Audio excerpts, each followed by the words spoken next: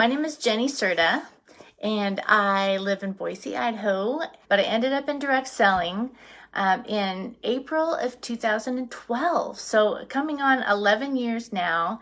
And I have to tell you, I did have a lot of experience. I had a career where I talked to people all the time, strangers a lot of the times. I was in admissions for the university here, and I had spent most of my career recruiting students or helping parents learn about services available to them, showing people how to apply for scholarships. Like, I talked to a lot of people, but so I had spent a lot of time recruiting.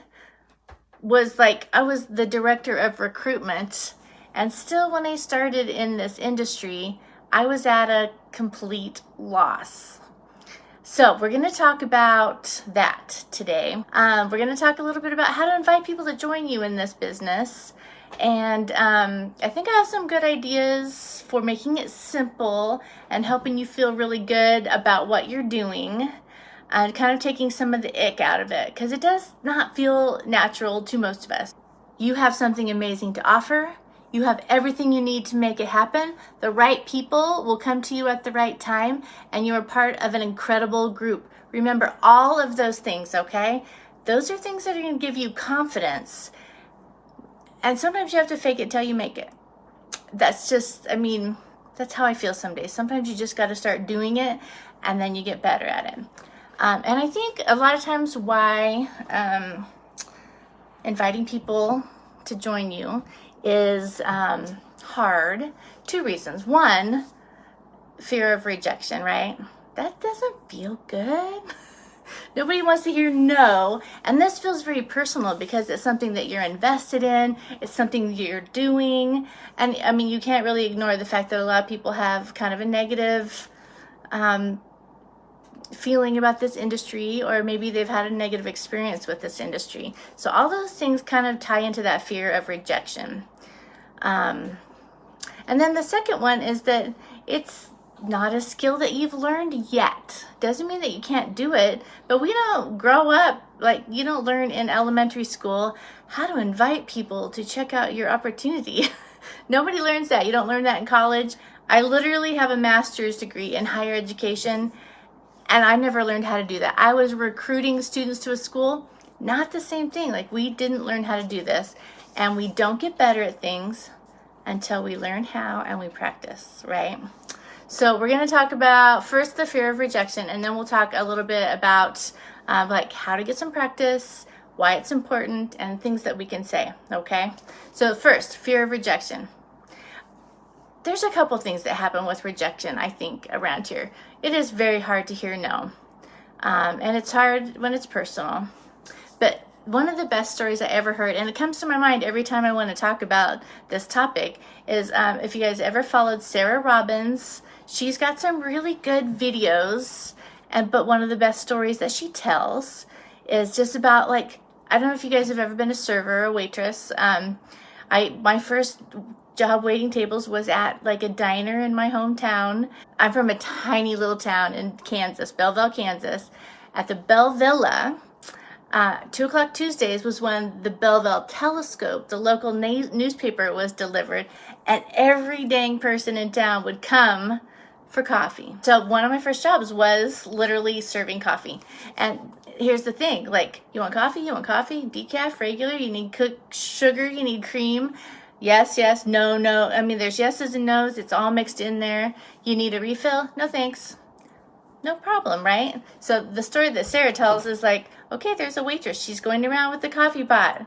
Would you like some coffee? Oh, sure, great. Fill me up. Top me off. Would you like some coffee? No, thank you. It's not about her. It's not really even about the coffee. That person just doesn't care for coffee in that moment, right? So what you're offering, some people will be excited about. Some people will be like, oh my God, I can't wait. I need my coffee so bad, right? I need this business. I need to grow something. I need some income. I need some friends. I need something for myself. And some people, no, thank you. I've already had too much coffee, or I can't do caffeine, or I don't care for coffee, or whatever, but it has zero to do with you, right? So try really hard to remember that. Try really hard to remember that. Hearing no, it's okay. I get it. I'm not saying it can't feel yucky. I'm just saying, remember, it's not about you, okay? Okay, so that's my spiel on fear of rejection. The second is we only get good at the things that we practice doing. I'm going to put on my mommy Jen hat right now. It's like, I just totally remember being a kid and being frustrated because I couldn't play. I had took piano lessons, and mom would be like, well, you got to practice. You know, it's not like it just like flows out of your body automatically. You learn by doing. My favorite story to tell about this, I told this to some of the women that are probably on here. I think Michelle's probably heard it too, is about teaching my son to roller skate. Now, if you were a kid that grew up in the 80s like I was, roller skating was the bomb. I mean, it was the coolest thing ever. It was totally awesome. Think back. Do you remember the first time you ever put roller skates on? Or if you're not quite as mature as I am, maybe roller blades. Or if you're from the north, maybe it's ice skates. I don't know. But think about the time that you put wheels or blades on your feet. How did that feel? I'm just going to go out on a limb and I'm going to guess it did not feel natural. It felt awkward. And you probably looked kind of weird doing it too, right? Like you're clumsy, stumbling, because you don't know how to do it yet. Your brain hasn't even figured the right way to put one foot in front of the other. But you got to start somewhere if you're going to do it. My son had never roller skated, but his cousin Vicente had a roller skating birthday party. I think they must have been turning 6 because their birthdays are real close. And I'm like, oh, yes, finally a birthday party I'm going to enjoy. Because they were all at the bouncy parks and all that stuff. Like, all right, we're going to go. And Henry was like, oh, I don't know how to roller skate. I don't want to do it. It's like, you're going to love it. I promise. So we get there and we get the shoes. And he's like, I don't want to put those on. I'm not going to be able to do this. It's like, let's just try it. Let's just put the roller skates on. Okay, so we did the thing. Got them on. Got him to stand up. How's that feel? Mom, I don't want to do it. Come on, let's do it. Please do it for me. You're going to be really good at this. You can totally do this. And so I finally, it took a lot of convincing. And like his cousins were out on the rink. And we're sitting there. I'm like, okay, do you see that girl over there? She's holding on to the railing all the way around. Let's just do that. And we'll just do this little short part because they always have like an out and an in at the end. On one side of the oval there's 2 ways. So we went out and then we went the little short distance holding onto the rail the whole time, and then we left again and went and sat on some benches. What'd you think? Well, I didn't do very good. That was really scary. I don't want to go back out there. Come on, bud. You were getting so much better just by the end of that little short time. Let's try it again, and we'll just go the whole way around this time. But look, there's rails all the way around, and I've got you right there. I got your hand. I'll be right there. Eventually, my son is very stubborn. So this was like this is the condensed version of this story, believe it or not. So we get out there, we go all the way around. We're basically like taking steps. We're not even rolling until we're about halfway around. And then he like rolls a little, or he pushes off on the handle and keeps his feet on the ground. And we eventually get all the way around, and he doesn't get off because it's, he's not a pro yet, but it feels more comfortable. And so we keep going. I'm like, all right, let's do this one more time around. We go around one more time. And then he's like, oh, I think I'm done. I don't want to do this. I'm just not quite feeling it yet. And I said, and right then this song came on, and I think it was Michael Jackson, but I can't quite remember for sure. But it was like one of those fun toe tapping ones that like everybody knows. And he's been listening to all my 80s music.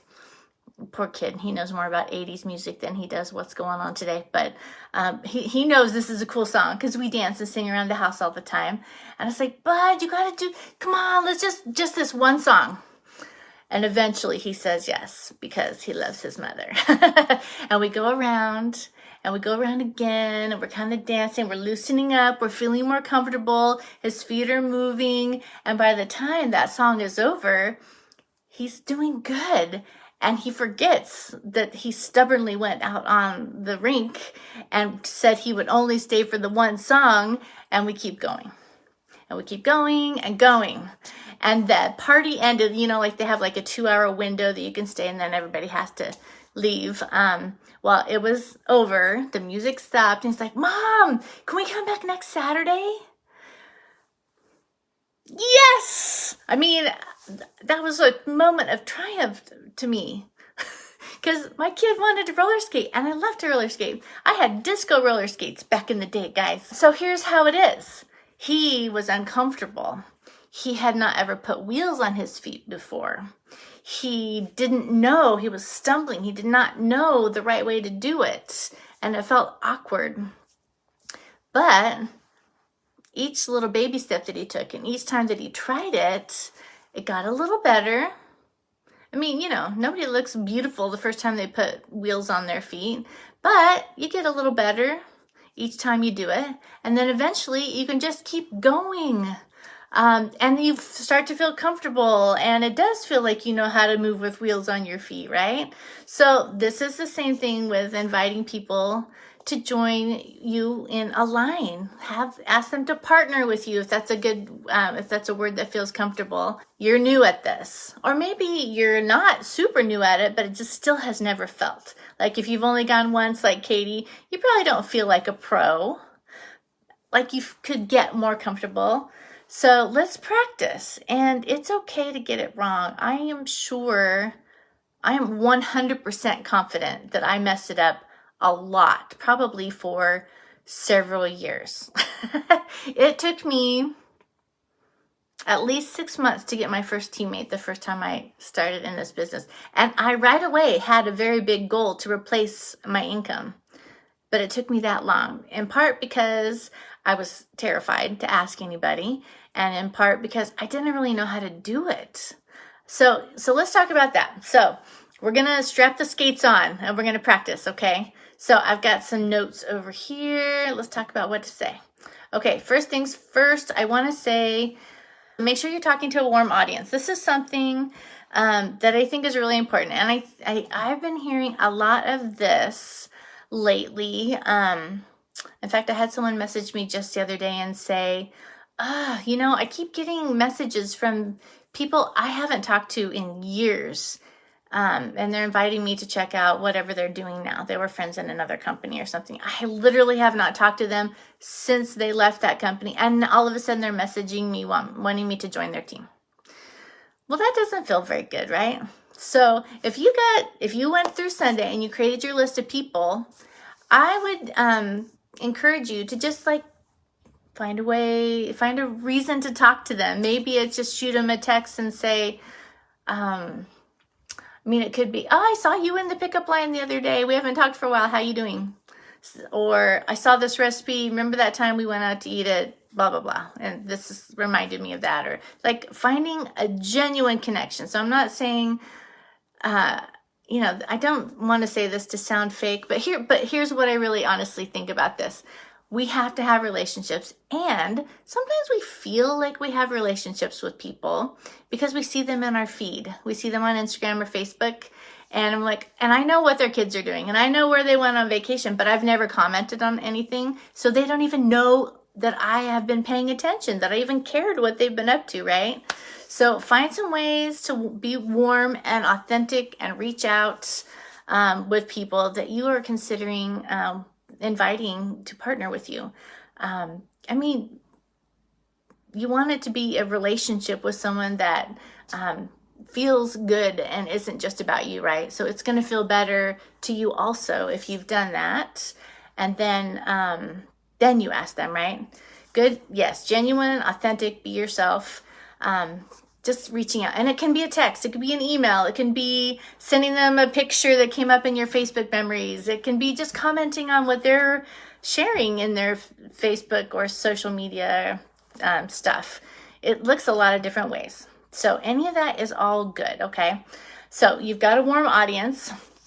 Or if you've posted something I had some people that I haven't talked to for a very long time comment on stuff that I've shared about Align, saying, send me more info, or this looks interesting. And then I'll reach out and chat, hey, catch up a little bit first. What have you been doing? It's been a long time. And then say, hey, I saw that you commented on my post. I would love to share some information with you. And then go from there, right?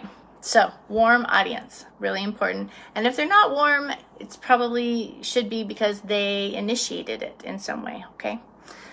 So there are things that you can say to keep it super simple. I remember when I used to go do a lot of really big events, and then I would come home at night and I'd have my leads, my little drawing slips, and anybody who checked business, I would take all of those, and then I would stay up late at night drafting an email that was like way too long to them, just to say, here are all the reasons why this business is amazing and I can't wait to tell you all about it, and blah, blah, blah, right?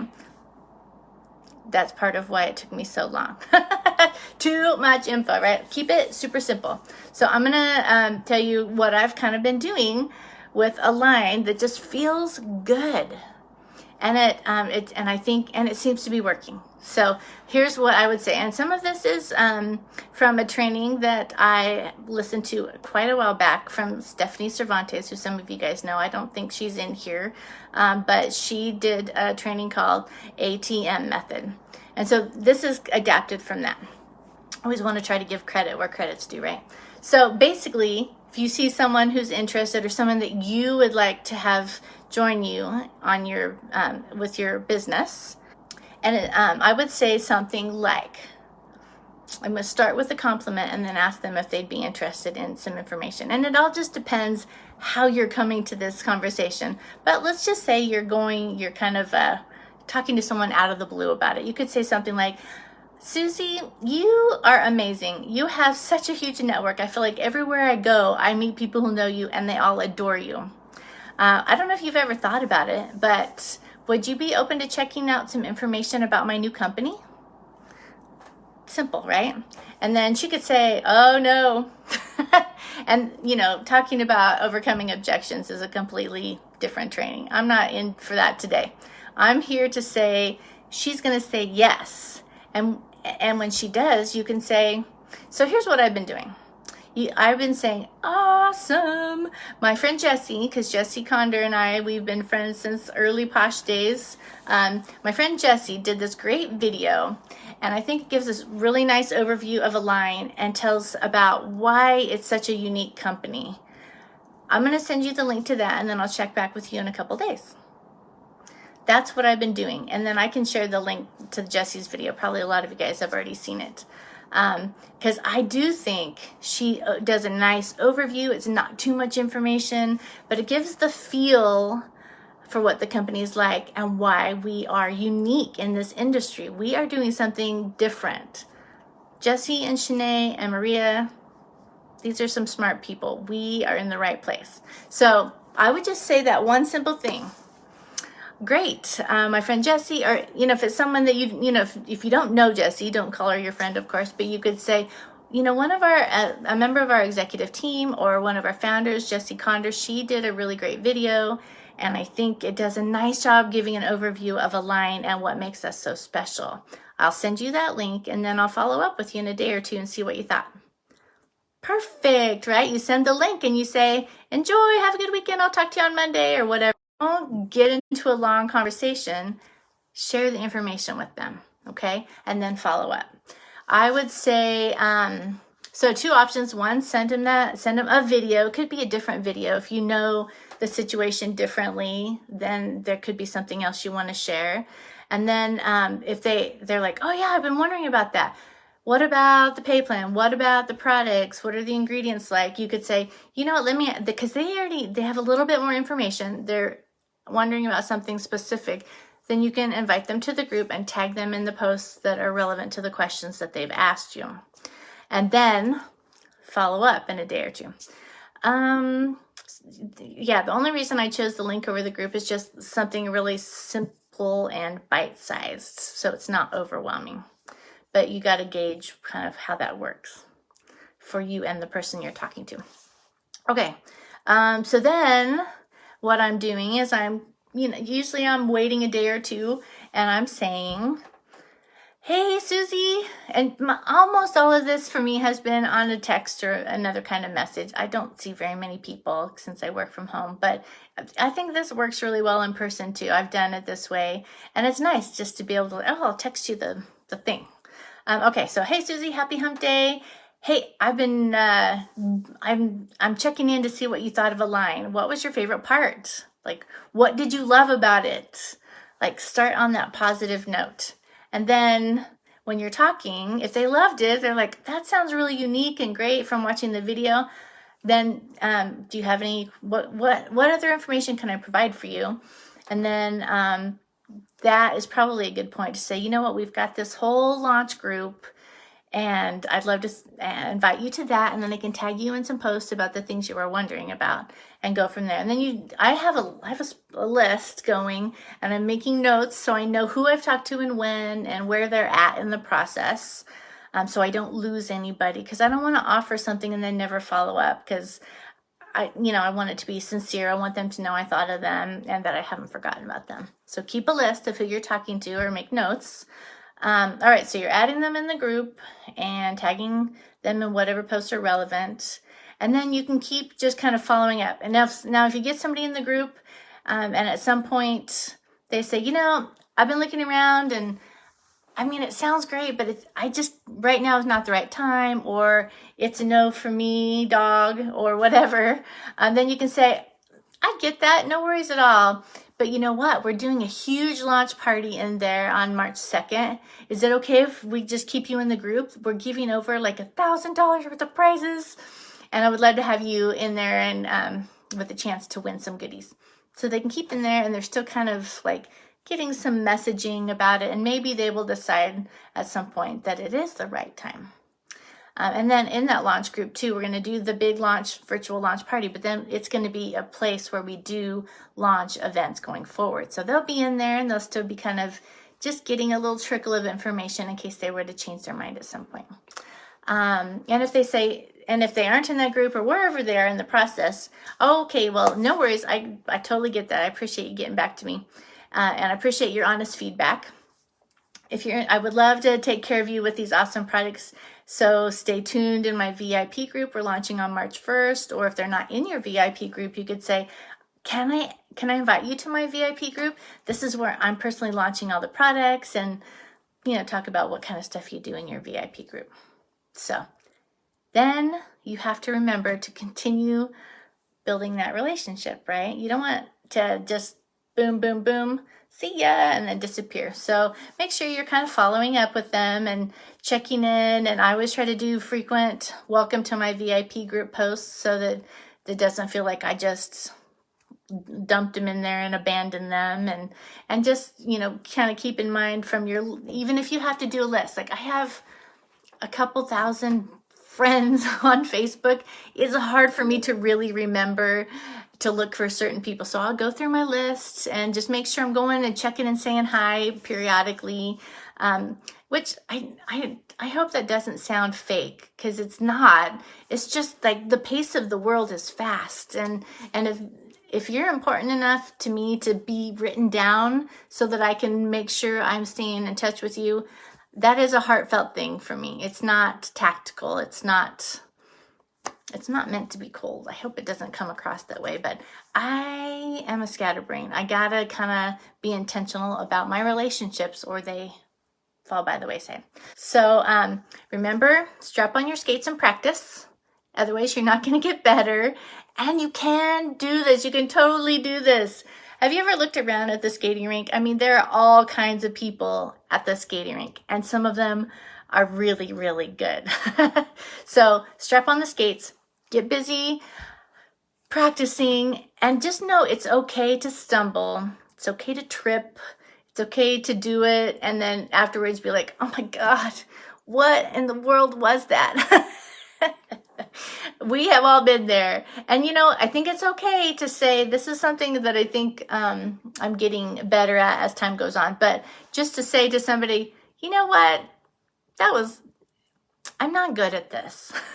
So I'm sorry if that came out really weird, but I'm trying to get better at it because I really believe in what I'm doing. Like just being honest and being yourself can be so important.